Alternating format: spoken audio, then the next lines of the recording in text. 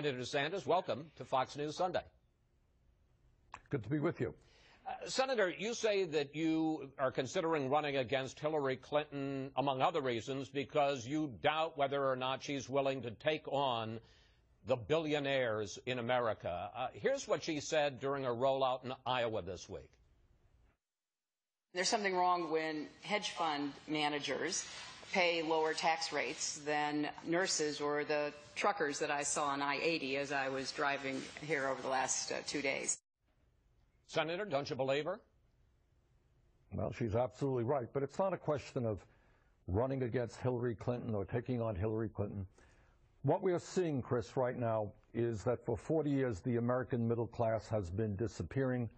Millions of people are working longer hours for low wages, despite a huge increase in technology and productivity. And what we have seen during that period is a massive transfer of trillions of dollars from the middle class to the top 1/10 of 1% in America. Massive wealth and income inequality, where you have 99% of all new income today going to the top 1%, and the top 1/10 of 1% in America owning almost as much wealth as the bottom 90%. If I may, you told Bloomberg that you had serious doubts about whether she was willing to take on the billionaire class. What are those doubts? Well, that's fair. Yeah, but my point is it's not just Hillary Clinton. Well, I'm asking about Hillary Clinton, though, sir. Well, the answer is, if I can, please. The answer is that I think that is the fight that we have to wage if we're going to save the middle class. And I do have doubts about whether Hillary Clinton or whether any Republican candidate out there is prepared to take on the big money interests who control so much of our economy and, as a result of Citizens United, our political process as well. But Clinton says that she wants to be the champion of the middle class. Again, here she is in Iowa this week. The deck is still stacked in favor of those already at the top. And there's something wrong with that. There's something wrong when CEOs make 300 times more than the typical worker. What does Senator Clinton or Secretary Clinton need to do, Senator, to persuade you that she's the one to take on this fight? Well, what she said is absolutely right. I mean, I think from a moral issue, CEOs should not be making, whether it's 270 or 300 times more than their workers are making.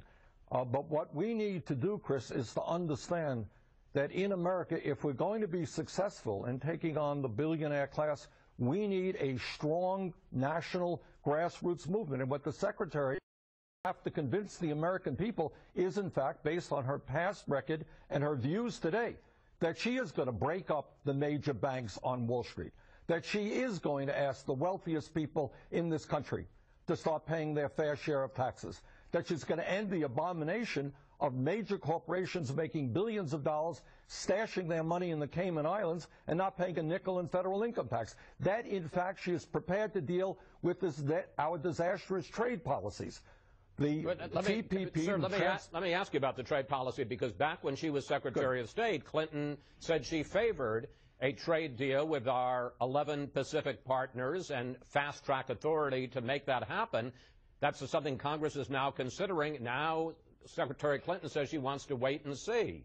Is that an issue for you vis-a-vis Secretary Clinton? Oh, Chris, you're looking at a guy who was in the House and in the Senate, voted against all of these terrible trade agreements, NAFTA, CAFTA, permanent normal trade relations with China. As I'm sure you'll remember, all of the big money interests, and by the way, Republicans and Democrats, they say, oh, we're going to create all of these jobs by having a trade agreement with China. Well, the answer is they were wrong, wrong, wrong.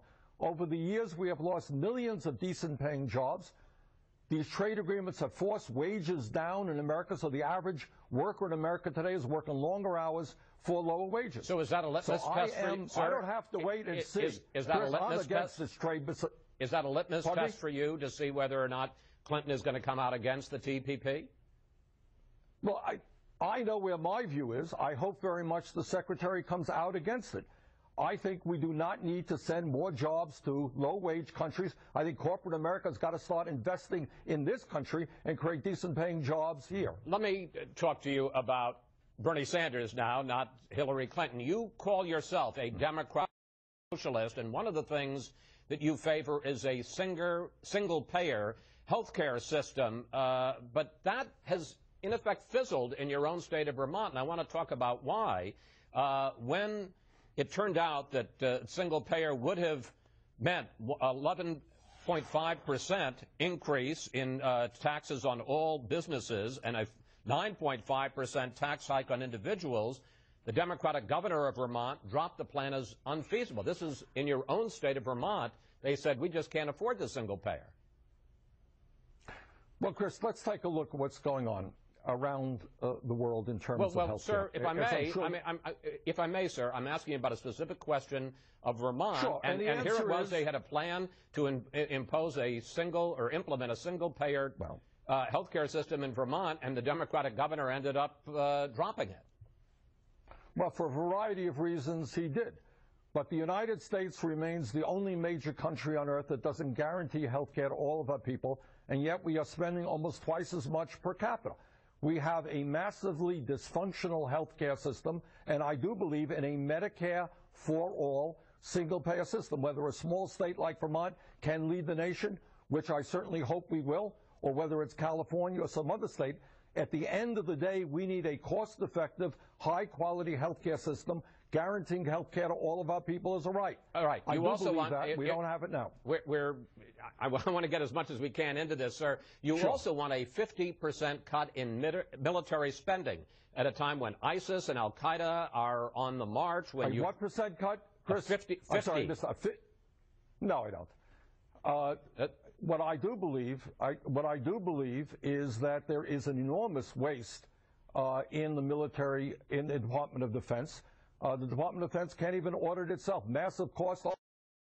Of course, ISIS is a terrible organization that has to be defeated, and of course we need a strong military. But just as with every other agency of government, you know what?